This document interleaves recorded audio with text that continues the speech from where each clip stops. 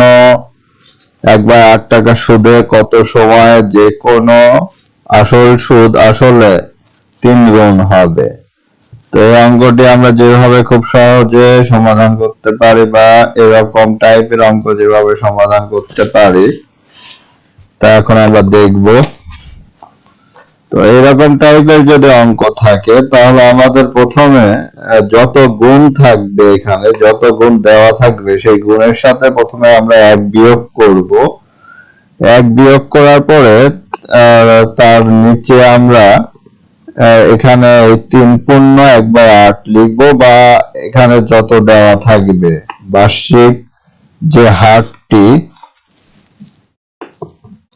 হার যত দেওয়া থাকবে সেটা আমরা নিচে লিখবো। তাহলে এটা যদি আমরা ক্যালকুলেশন করি 3 8 24, 25/8 পাবো আমরা। তার মানে 3 - 1 করলে আমরা 2 পাবো, আর 2 এর নিচে আমরা লিখবো 25/8।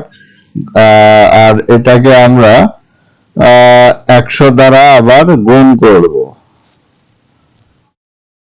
100 দ্বারা যদি আমরা গুণ করে ক্যালকুলেশন করলে আমরা উত্তর পেয়ে যাব। তো এই যে এখানে আমি দেখিয়েছি কিভাবে করেছি। প্রথমে আমরা 3 - 1 লিখলাম, তারপরে আমরা এর নিচে লিখলাম 25/8, তার সাথে আবার 100 গুণ। তাহলে এটা ক্যালকুলেশন করলে আমরা পাবো 64। আর এটা সূত্র হবে যত গুণ দেওয়া থাকবে -1 ডিভাইডেড বাই হার গুণন 100। তো ধন্যবাদ।